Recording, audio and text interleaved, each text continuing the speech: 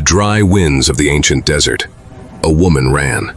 Dust clung to her skin. Fear clutched her chest. She was alone, pregnant, foreign, despised. But in the silence of her despair, she heard a voice, a divine whisper, a question, and through her tears, she spoke the words no one had ever dared say before. "You are the God who sees me, El Roy." This is her story, the story of Hagar, the forgotten Egyptian handmaid who met the living God in the wilderness. Before she was ever part of Abraham's household, Hagar was a child of Egypt, born along the shimmering banks of the Nile, where gods were carved from stone and royalty wore divinity like perfume. Hagar was taught to revere the sun god Ra, to bow to idols of jackals and falcons. But Hagar, whose name meant flee or flight, was not born into privilege. She was a servant, a girl of silence and shadows, taken from her family at a young age, perhaps through war, purchase, or political alliance. Hagar was absorbed into the retinue of Pharaoh's house, until one day, everything changed. A strange man arrived from Canaan. He claimed to be a prophet. He brought his wife, his half-sister, they said, a woman of staggering beauty, even in her old age. Pharaoh's court buzzed with rumors. But then came the plagues. The Nile turned to blood, frogs, flies, boils, disease. The gods of Egypt fell silent, and Pharaoh, struck with fear, gave the man named Abram his wife back, and with her, gifts, silver, livestock, servants. Among them was Hagar. When Hagar first entered the encampment of Abram, it was like stepping into a different world. Gone were the golden columns and perfume-laced halls of Egypt. Here were flocks, tents, sand, and a curious presence of the divine, subtle yet tangible. She watched them pray to an unseen God, a God with no image, no form, no idol, a God who made promises. She heard whispers that this God had told Abram, "Leave your country, I will make you a great nation." And yet, his wife Sarai, Hagar's new mistress, was barren. Sarai was a proud woman, regal and sharp, but a cloud of sorrow always hung around her. She never had children, and in a world where a woman's worth was measured in wombs, that was a brutal fate. Years passed. Hagar obeyed in silence. She brought water. She made bread. She kept secrets. She watched. Until one evening, Sarai summoned her. It was a quiet night. The stars hung low over the Canaanite plains. Sarai sat in her tent, staring at nothing. Then she spoke. "The Lord has kept me from having children. Go, sleep with my maidservant. Perhaps I can build a family through her." Abram looked at her with confusion, but he agreed. And so Hagar, silent, young, and powerless, was given to Abram, not as a wife, but as a surrogate. No one asked what she wanted. She was a womb to be used. And yet something in her shifted when she became pregnant. For the first time, she carried life. She felt purpose. But the moment she began to show, when her belly became the evidence of what Sarai never had, resentment ignited. Sarai's jealousy festered. Hagar's pride surfaced. The tent became a battlefield. The arguments were subtle at first. Whispers, glares, cold silences. Then came the verbal lashings. Sarai accused her of mocking. She treated her harshly. Abram, caught in the middle, washed his hands of the conflict. "She is your servant, do with her whatever you think best." So Sarai did. And Hagar, no longer able to bear the cruelty, fled. She ran into the wilderness, alone, pregnant, homeless, hunted by shame and despair. She traveled south, toward the land she once knew, back to Egypt, or so she thought. She collapsed near a spring in the desert, tired, starving, weeping. Then, a voice. "Hagar, servant of Sarai, where have you come from and where are you going?" She froze. No one had said her name since she left. It was not a man. It was not a human voice. It was a presence, divine, burning with authority and tenderness. "Go back to your mistress," the angel said. "Submit to her." But then, the promise. "I will increase your descendants so much that they will be too numerous to count. You will give birth to a son. You shall name him Ishmael, for the Lord has heard your misery." Tears flooded her face. She looked up, her heart pounding, and whispered, "You are El Roi, the God who sees me." No one had ever seen her before, not really, not in Egypt, not in Abram's camp, but here, in the desert, God saw her. Hagar did not leave that desert the same woman. She returned to the camp with fire in her spirit. She bore the child and named him Ishmael, just as the angel had said. Abram, now nearly 86 years old, held the boy with wonder. For a time, there was peace. But the story was far from over. The desert saw her, God saw her, and she returned not as a victim, but as a vessel of destiny. Yet fate has a strange way of testing what heaven reveals. Hagar, the Egyptian servant, had been given a promise her son would be great. But what happens when the world only sees you as less? This is the story of the firstborn son of Abraham, the story of Ishmael. When Hagar gave birth, Abraham named the child Ishmael, just as the angel of the Lord instructed her. The old man was overwhelmed. He had held onto God's promise for decades, and now here was a son in his arms. And though Ishmael was not born of Sarai, Abraham loved him deeply. The boy grew strong. His eyes were sharp like polished onyx, his skin a glowing copper tone like his mother's. His limbs were long, agile. He was a child of the desert, quick to run, eager to climb. Hagar poured herself into motherhood. She taught him the ways of her Egyptian ancestors, how to read the wind, how to follow the stars. But she also taught him the stories of Abraham's God, the one who had found her when no one else did. Ishmael would rise early and sit by the fire as Abraham spoke of Eden, of Noah's flood, of promises made under the night sky. And though the boy was born of a slave, he grew with the boldness of a prince. For 13 years Ishmael was the only son of Abraham, and in his mind, the future was his. Then everything shifted. One day, Abraham returned from prayer with a strange look in his eyes. He called for every male in the camp, servants, herdsmen, even young Ishmael.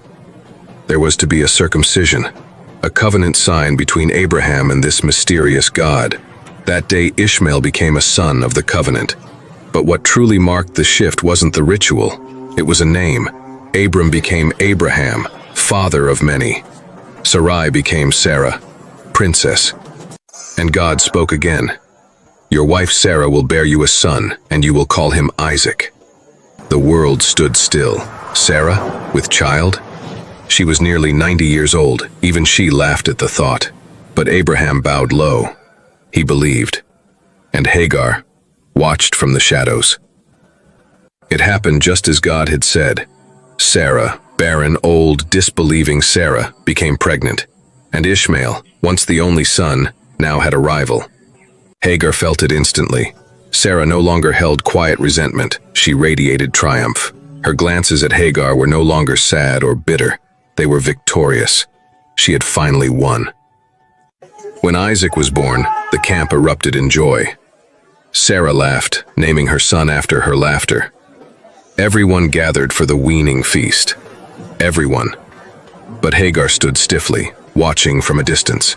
Ishmael, now a teenager, watched too. He loved his father. He loved his people. But he knew something had changed. At the celebration for Isaac's weaning, tensions reached their peak. Ishmael was playing nearby, laughing. Perhaps he teased Isaac. Perhaps it was only the innocent jest of a teenage boy. But to Sarah, it was mockery. To her, it was a threat. The seed of the Egyptian would not share inheritance with her promised son. She turned to Abraham and said, "Get rid of that slave woman and her son, for that slave woman's son shall never share in the inheritance with my son Isaac." Abraham was devastated. Ishmael was his son, his blood. He had taught him to hunt. He had watched him grow, and now Sarah demanded he be cast out. He cried out to God, and the voice that answered him chilled his heart. "Do not be distressed. Listen to Sarah. It is through Isaac that your offspring will be reckoned. But I will make the son of the slave into a nation also, because he is your offspring." Abraham's heart shattered, but he obeyed. Early the next morning, Abraham rose before the sun. He packed a skin of water, some bread, and handed them to Hagar. Then he looked at Ishmael. No words, only pain, and he sent them away. Hagar didn't protest. She didn't plead. She took her son by the hand and walked into the wilderness, again. Her second exile. This time, not pregnant, but with her son beside her. The water was gone by midday. The sun scorched overhead, their steps slowed. Ishmael, once strong and agile, staggered and collapsed. Hagar dragged him under a bush. She looked at his parched lips, his closed eyes, his cracked skin. Then she walked away. I cannot watch the boy die. She sat down a bowshot away and wept. The sound of a mother's broken heart filled the desert, but heaven was listening. Then came the voice. Do not be afraid. God has heard the boy crying. It was the angel of God, the same one who had met her at the well years before. Lift the boy up and take him by the hand, for I will make him into a great nation. Hagar opened her eyes. Before her was a well, not a mirage, not a vision, a spring of water. She ran to it, filled the skin, and gave her son drink, and Ishmael revived. From that day, Ishmael grew in the wilderness. He became a skilled archer, a desert nomad, a survivor, and as God promised, he was not forgotten. Hagar found him a wife from Egypt, her homeland, and the boy she had once thought would die beneath a bush became a father of 12 princes. His descendants would multiply, spreading across Arabia, though he was not the son of the covenant. He was still a son of El Roy, the God who saw. Two shadows disappeared into the desert. One, an Egyptian slave with scars of silence. The other, a boy of promise, dismissed by men but destined by God. They had been cast out, but they had not been forgotten. For the God who saw was also the God who remembered. This is the legacy of Hagar's son, Ishmael the wild one, the desert prince, the father of nations. Ishmael grew up with the wind in his face and fire in his spirit. The wilderness of Paran became his home, an unforgiving land where only the resilient survive. There were no palaces, no soft words, no handouts, only survival. And Ishmael thrived. He became an archer, skilled with the bow. His arrows sang through the desert air, hitting birds in flight, jackals in motion. He had learned more than marksmanship. He had learned pain, rejection, exile. But pain, when submitted to destiny, becomes strength. Hagar watched him grow with bittersweet pride. Though she still bore the wounds of abandonment, she clung to the promise. He will be a great nation. And that promise slowly began to take shape. As Ishmael neared adulthood, Hagar returned to Egypt for one reason: to find a wife for her son. She refused to let him marry a Canaanite. She remembered the corruption and cruelty of Egypt, but also its order, its strength, its legacy. The girl she chose was fierce and regal. She wore black kohl around her eyes and walked like someone raised in Pharaoh's courts. Ishmael took her as his wife, and soon their tent was filled with the cries of children. Not one, not two, but 12 sons, 12 princes, 12 tribes. Just as Jacob's 12 sons would birth the tribes of Israel, Ishmael's sons would birth a nation of nomads, traders, and warriors across Arabia. The prophecy had begun to bloom. Years passed. Ishmael became a leader, a patriarch, a prince of the dunes. Then came the unexpected. Sarah died. Abraham, now aged and solemn, mourned the wife of his covenant. And at her burial, something remarkable happened. Isaac and Ishmael stood side by side at the cave of Machpelah. Two brothers, two sons of Abraham, two legacies. No words are recorded, no quarrel, no embrace. Just the silence of memory and mourning. But perhaps, beneath the quiet, there was understanding. Years later, when Abraham died at the age of 175, both Isaac and Ishmael buried him together in the same cave. Though distance had shaped their lives, in death they stood as sons. Ishmael's descendants began to spread. His sons settled in regions stretching from Havilah to Shur, east of Egypt and near Assyria, lands that would one day birth entire empires and cultures.